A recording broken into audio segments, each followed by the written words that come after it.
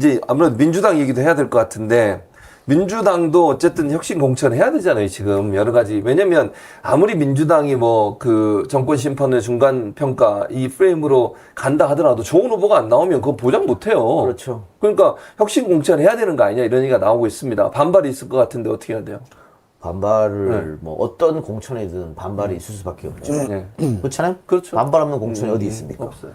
그 읍참마속의 심정으로 잘라내야지 그런 거는. 게다가 그 하위 10%한테 마이너스 주는 게 있어요. 현재. 네, 그렇죠. 감점. 민주당이 160명 좀 넘으니까 결국은 16명은 하위 10% 들어가잖아요. 그래서 그 사람들부터 잘라내야 돼, 사실. 그렇지. 얼마나 못하면 하위 10% 들어간단 말이에요. 뭐 그런 것부터 할 필요가 있고, 특히 민주당 강세 지역, 호남과 서울에서 대폭 물갈이가 필요하다. 여론조사 한 거 한번 보시기 바랍니다. 전국에서 현역 의원을 지지할 것인가, 새로운 인물 지지할 것인가, 대부분 새로운 사람을 뽑겠다는 게 더 많죠. 그렇죠. 특히 호남과 서울은 그 비율이 더 높아요. 그렇죠. 반 이상, 50% 이상. 훨씬 나아요. 그 호남은 한 70%예요. 네, 바꿔달라는 맞아요. 게. 네. 그 지역에 열망인데 바꿔줘야지, 그러면. 그렇죠. 새로운 당연히 그렇게 인물로.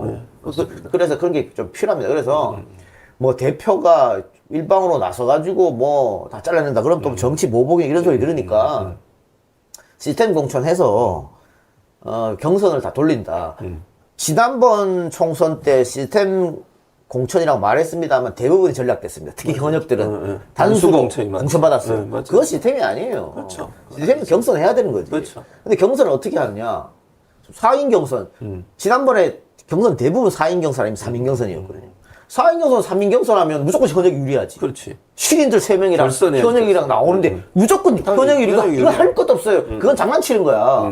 그럼 뭐 결선 투표를 도입한다든가, 뭐 선호 투표를 도입해서 2명을 뽑는다든가, 이런 게 필요한 거죠. 필요하지. 맞아요. 그렇잖아요? 맞아요. 그러니까 현역 프리미엄도 좀 버려야 되고. 그럼. 네, 그런 부분. 그다음에 신인 가산점 당연히 여성 가산점 당연히 줘야 되는 거고, 당연히 필요합니다, 그거는. 알겠습니다. 자, 그럼 구영식 기자 볼 때는 그러면 어느 정도 물갈이가 가능하다고 보세요, 민주당에서? 중진들이나 이런. 저는 내년 총선이 대단히 중요하기 때문에 그 윤석열 정부 심판에서 제일 중요한 정치 일정이기 때문에 상당 부분 물갈이가 필요하다고 보고 저는 사실 그러니까는 뭐 전략 공천이든 또는 그 경선이든 간에 그 올리는 후보들이 당에 대한 헌신도를 좀 주요하게 좀 그 평가를 해줬으면 하는 바람이에요. 왜냐하면 뭐 당에 대한 헌신을 했지만 사실은 공천에서 사실은 아무런 어떤 혜택도 받지 못하는 사람들이 굉장히 많거든요. 그냥 밖에서 인지도만 쌓았다고 해가지고 그냥 공천하고 이런 것들 그런 것들보다는 저는 당에 헌신한 인물들 최대한 발탁해서 경선이라도 붙여주는 게 저는 맞다고 보고요. 그런 식으로 경선을 하게 되면 자연스럽게 당원과 그다음에 지지자들의 그 민심들이 반영되기 때문에 자연스럽게 물갈이 공천이 될 거라고 보고 혁신 공천이 될 거라고 보는 거죠. 그러니까 되게 중요한 게 뭐냐면, 꼭 지난번만이 아니에요. 민주당, 뭐 국민의힘도 마찬가지지만 늘 그랬어. 선거 직전에 사람을 데리고 와요. 누굴 데리고 와? 소위 말해서 대한민국 사회에서 성공한 엘리트를 찾는 거예요. 네? 영입 인재하면서. 영입 인재하면서 반대합니다, 반대. 좋은 대학 나와서 사회적으로 돈을 많이 벌었다거나, 뭐 양양자 같은 분. 유명하다거나 인지도가 뭐 국민적으로 뭐 이런 사람들을 막 데리고 오는 거야. 네, 그렇죠. 정치를 몰라 해본 적도 없어. 됩니까? 차라리 최진봉이 낫지.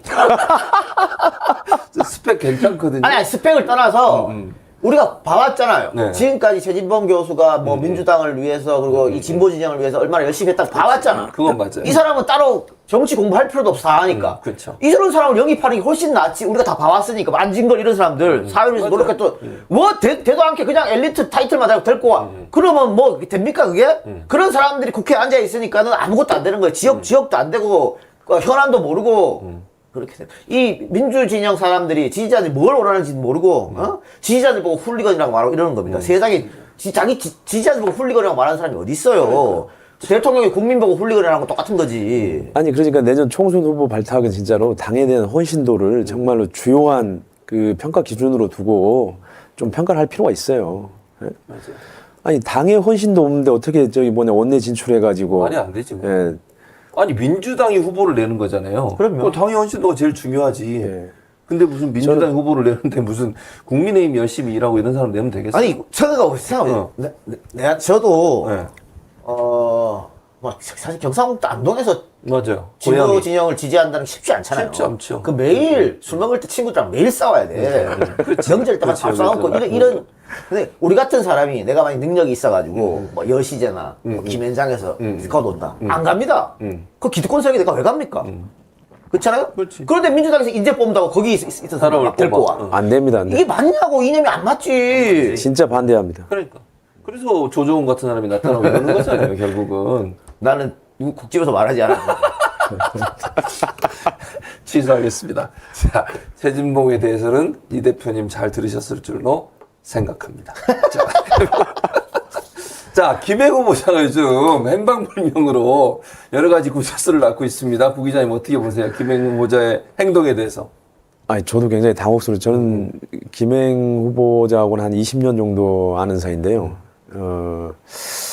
그렇게 할 거라고는 전혀 생각을 안 했는데 어떻게 또 그렇게까지 중간에 나가버리는 바람에 돌아오지 않는 바람에 참 저도 굉장히 당혹스러운데 다만 제가 얘기하고 싶은 건 그 3명의 인사청문회 대상 중에 김행 후보가 그렇게 중요한 인물이에요? 사실 저는 그렇게 중요한 인물이라 보지 않는데 사실은 물론 이제 여갑 해체를 실행하러 가는 건데 본인 말로는 이제 엑시트 하러 간다는 건데 오히려 사실 검증을 주요하게 할 후보들은 유인촌이나 신원식이거든요. 사실 문체부나 아니면 국방부가 훨씬 더 사실 또 중요해요. 더 중요한 또 후보, 두 사람이 더 중요한 후보고. 근데 사실은 김행이랑 복병을 만나는 것 때문에 두 분이 너무 혜택 본 게 저는 너무나 안타깝습니다. 근데 평소와 다르게 이 작가 봤는지 모르지만 조선일보, 동아일보 이런 데서도 비판을 해요, 김영을. 그게 네. 지금 상에서 용산에서 임명을 강행할 것 같은데. 그러니까 황홀할 것 같아. 강행하면은 이게 후폭풍이 상당할 그렇지. 거라고 조중동이 느끼는 그 거거든. 느끼는 거지. 뭐 불안감이 있는 거지. 그렇지. 이게. 예. 야, 이 총선도 딱 앞에 나가. 그렇지, 요거 그렇지. 이것까지 유인촌하고 뭐 신원식은 신원식. 모르겠는데 김행까지 강행한다? 야, 이거 큰일 났다. 위기감 느끼니까 안 된다 그런 거거든요. 맞아. 강행했으면 좋겠어요. 강행할 것 같아. 오늘 그 누구야 그 국민의힘 대변인의 그 성명 보면 할 것 같아요. 이게 다 민주당 탓이다. 이렇게 주장을 해요. 네. 강행하세요. 더 웃긴 게 뭔지 아세요? 어제 토요일날 제가 종편에 나갔는데 너무 화가 나가지고 논리가 너무 웃겨요. 이게 김행 논리가 아니고 그 대법원장 이균영 이것도 질문에 없는데 이균영 대법원장의 그 부결이 나왔잖아요. 이게 이재명 방탄이래. 이런 논리로 얘기를 해요. 진짜 황당무계해가지고 제가 들으면서 저 인간이 제정신인가 이런 생각이 들 정도인데 이런 논리가 통한다고 생각할까요? 뭐, 이 상암에도 플랜카드 많이 걸었더만, 네. 뭐, 이재명 방탄의 뭐, 마지막, 응, 맞아. 마지막 퍼즐인가? 퍼즐인가? 뭐 그렇게 쓴 것 같아요. 그러면 우리도 무논리로 가. 방탄소년단의 마지막 멤버라 그래, 우리도. 우리도 무논리로 가는 거지. 맞아, 마지막 멤버야. 방탄. 전 세계적으로 뭐, 이렇게. 야, 이거 아니, 이균영 후폭풍을 어떻게 지금 감당하시려고 지금. 무논리로 대응하라. 그게 좋은 거야. 지난번에 사실은 누구야 이 작가가 그런 얘기도 했어요. 국민의힘을 국민의힘. 그렇게 되겠습니다. 근데 아무튼 이해가 안 돼요. 그러니까 논리를 어떻게 그렇게 아주 비상식적인 논리를 개발했는지 이균영 부결이 어떻게 방탄하고 무슨 연관이 있어요? 그들의 논리가 먼저 법원을 멈춰 세우는 거래. 어처구니가 없어요. 그럼 뭐 법원이 대법원이 안 돌아가요? 대법원장 없으면? 근데 이런 거지 않습니까? 지금 용산에서 하는 일은 그 누구도 반대를 못 하잖아요. 그렇죠. 현재. 그러니까 국민의힘도 또 뭐 행정부도 아무런 지금 말을 못 하고 있는데. 근데 사실은 제가 아까 뭐 김행을 임명해라 뭐 이렇게 얘기했지만은 임명하면 안 되는 거잖아요. 안 되죠. 나라를 위해서라면. 그러니까 이렇게 안 된다고 강하게 용산에서 말을 할 수 있는 사람이 필요한데 없다. 근데 이건 마찬가지. 우리가 민주당이 집권해도 똑같은 일이 벌어져요.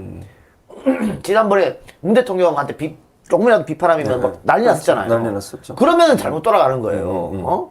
비판할 수 있을 땐 비판할 줄 알아야 됩니다. 그 비판이 나중에 약이 되는 거거든. 그렇지. 그게 우리가 희한하게 그 노무현 전 대통령 트라우마 있어가지고 문 대통령은 무조건 지지해야 돼. 뭐가 있어도. 그러다 보니까 부동산 문제가 터져도 괜찮다. 뭐가 괜찮아요? 안 괜찮은데. 안 괜찮잖아. 인구공개 그것 때문에 터져도 나간 괜찮다. LH가 터져도 괜찮다. 그래서 넘어가는 거거든. 그러니까 만일 다음 대선 때 뭐 지금은 이재명 후보가 가장 강력한 후보니까 이재명 대표가 대통령 되더라도 그 비판할 사람이 있어야 되는 거. 이렇게 가면 안 됩니다고 얘기할 사람이 있어야 돼요. 구영식 씨가 할 거예요. 제가 하겠습니다. 안 돼. 뭔 소리야. 뭘 안 돼? 아니 구형식 얘기하면 이재명이 안 듣지만 내가 얘기하면 안 들을 수가 없어. 싫어할 거야. 싫어할 거라고. 자, 그 다음에 아무래도 이제 그 이재명 대표 관련해서 그 지난번 가결 사태, 그러니까 체포동의안 가결 사태에 드러났던 비명계의 어떤 이런 해당 행위, 저는 해당 행위라고 봅니다. 법적으로 문제가 있고 없고를 떠나서 당에 해를 끼친 건 분명하잖아요. 해당 행위가 분명한데 이 사람들을 어떻게 처리할 거냐가 지금 매듭이 잘 안 지어지고 있는데 그렇다고 법적으로 뭐 정청래 의원도 그 얘기 하더라고요. 이게 법적으로 어떻게 할 수 있는 방법은 윤리심판으로 해서 해야 된다라고 하는데 고영식 기자는 어떻게 처리할 저는 아무튼 뭐, 그러니까, 뭐 지금 일부 이제 당원들이나 지지자들은 뭐 수박감별 사이트도 만들어가지고 뭐 무슨 하겠다, 뭐 또 가결 의원들을 색출해가지고 뭐 하겠다라고 하는데 뭐 그건 수박감별 같은 거 안 했으면 좋을 것 같고요. 저는 민주당이 별로 도움도 되지도 않는다고 생각을 합니다. 다만, 그러니까 그분들에 대한 어떤 그 처리 문제는 공천 과정을 통해서 자연스럽게 드러나야 하는 게 오히려 예, 대표의 가장 중요한 메시지가 된다고 봐요. 그거 감별 안 해도 돼. 네. 다 아는데 뭘 감별해. 다 알잖아요 누군지. 감별 필요 없어. 아니 너 생각을 해봐요. 한 30여 명 정도가 당론을 어겼잖아요. 네, 그랬죠. 근데 지금 나 가결했어요 하는 사람은 다 5명밖에 안 돼요. 맞네요. 맞아요. 그러면 나머지 26명은 어디 간 거야? 그러니까. 다 부결했대 지들이. 응? 그러니까 자기가 행사한 한 표도 떳떳하게 나 가결해서 말 못하는 것들이 뭘 근데 감별 필요가 다 누군지 다 아니까 그러면 공천 과정에서 정리하면 됩니다. 공천 과정에서 대표가 전략 지역 만들어서 이렇게 할 수 있는 곳이 있어요. 네. 그럼 대표는 대표대로 하면 되는 거고 네. 그 공간 위에서 일부러 자를 수는 없으니까 아까처럼 시스템으로. 3인 경선, 4인 경선 만들어요. 그렇죠. 그래서 결선 만들어주면 당원과 지지자들이 알아서 그거는 이렇게 가르는 거지. 그런 걸로 하면 된다. 그러니까. 근데 그 전에 대의원제는 폐지해야 되거나 아니면 줄여야 되는 거 아닌가요? 총선 전에 어떻게 생각하세요, 이정훈 작가? 근데 이제 그 이야기가 많았었잖아요. 네, 네. 많았다가 쑥 들어갔지 않습니까? 네, 쑥 들어갔죠. 쑥 들어간 게 이제 국회에서 이제 이재명 체포동의안 때문에 쑥 들어갔는데 뭐 자극하지 말자. 그리고 나서 이재명 대표가 이제는 뭐 아까 그 뭐 얘기한 것처럼 감별을 통해서 내가 색출하겠다 뭐 이런 거 못 하잖아요. 못 하죠. 대표 입장은 대표는 그렇게 할 수 없지. 합의 뭐 협의 분열 안돼 뭐 이런 걸 얘기해야 그렇게 된다고. 해야죠. 당연하지. 근데 그 와중에 또 이걸 쓱 들고 나오면 조금 논란이 좀 될 수도 있겠다. 그 생각으로 지금 그냥 이렇게 묻어둔 것 같아.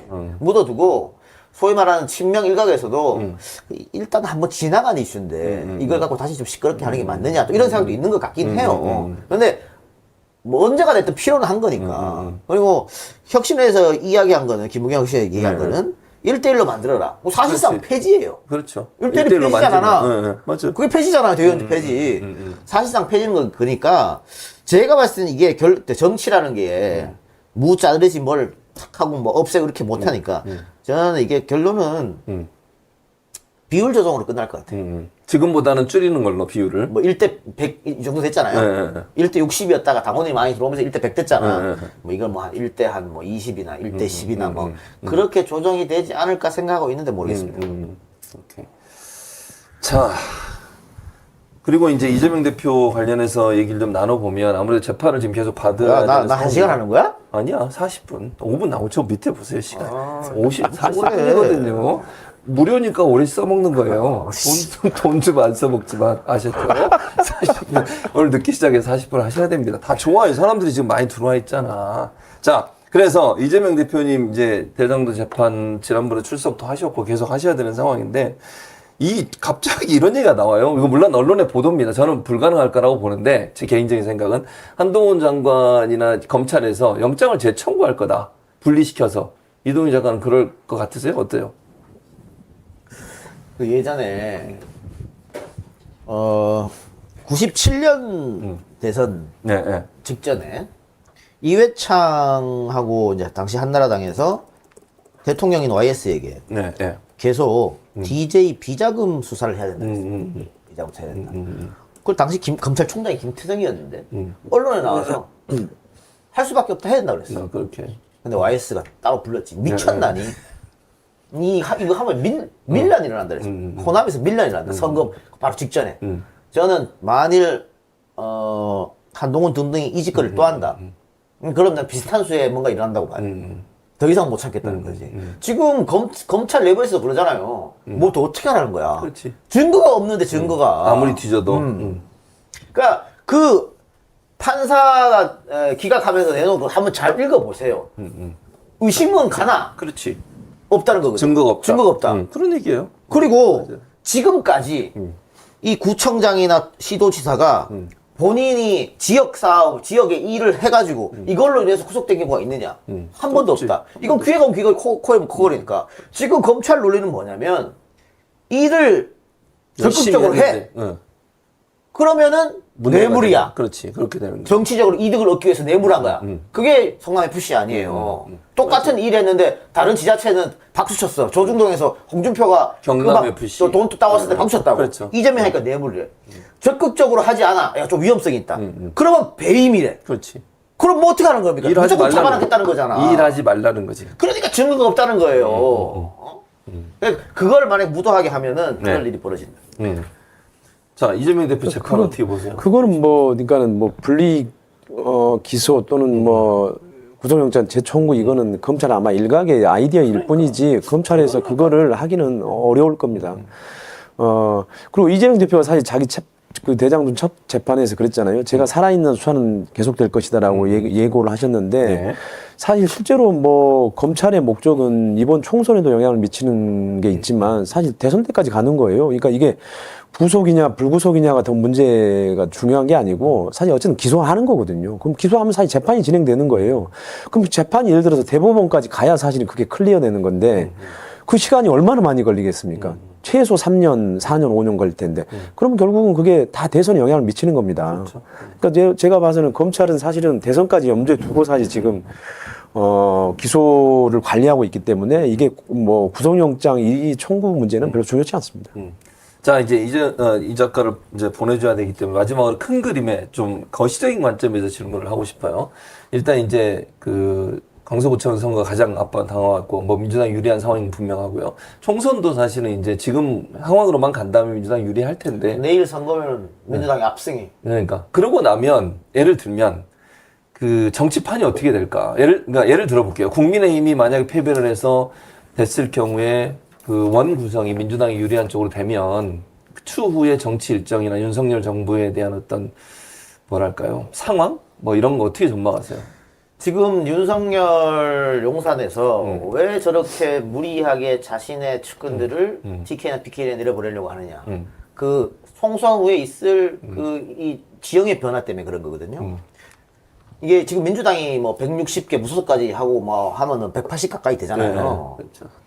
박근혜 탄핵이 가능할 수 있었던 것은 그 당시 새누리당 뭐야 하도 당을 몰라. 많이 당에서 바꿔가지고 이름을 많이 기억도 바꿔. 안 나요. 자유한국당이 새누리당인지 뭐 모르겠어. 거기서 넘어와준 사람들이 있기 때문에 그렇지. 가능한 거예요. 그래서 넘어와서 된 거지 200명이. 그러니까 200명 숫자는 되게 중요한 거예요. 네, 맞아요. 그러니까 용산이 불안한 거야. 지가 탄핵을 한번 해본 경험이 있기 때문에 지수사로 자기도 탄핵 당할 수 있다.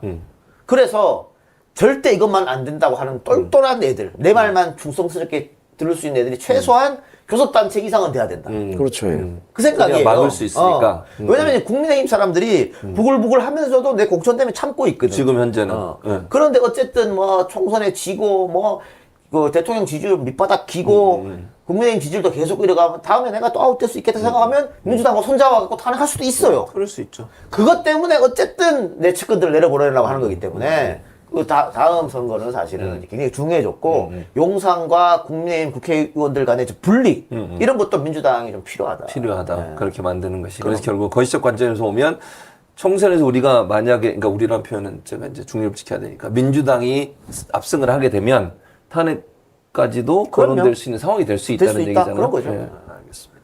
아니, 자, 지금 검찰이 이재명 잡아놓으려면요 그 윤석열은 사형이야. 그 논리라면. 예. 그렇잖아요. 있는지 없는지 다 끌고 와가지고 뭐 아무거나 갖다 붙이면 되는데. 민주당 서울시당 관계없는 이동윤 작가의 개인 의견임을 제 개인 의견이지. 말씀을 드리도록 하겠습니다. 자, 오늘도 이렇게. 아니 뭐 김기현은 뭐 가짜 뉴스 했다고 사형이라며. 뭐 시도 막 얘기하더만 뭐. 나는 공직을 가야 된다고 몇 번을 얘기해. 이동윤 작가님. 자, 오늘도 이렇게 열정적으로 40분 동안 말씀해 주셔서 감사합니다. 덕분에 2,000명이 넘었습니다. 아이고, 실시간이. 이동윤 작가는 이번 달 마지막 주도 오십니다. 물론 이제 30일. 네, 30일 꼭 잊어먹지 마시고 UPD는 미리 한 2시간 전에 전화를 해주시기 바라고요. 자, 오늘 이동희 나 작가 오늘도 못 나올 뻔. 전화해서 큰일 뻔했어요. 전화를 해야 됩니다, 미리. 자, 오늘 함께 해주셔서 감사합니다, 예, 작가님. 고맙습니다. 예, 이동희 작가는 여기서 인사를 드리고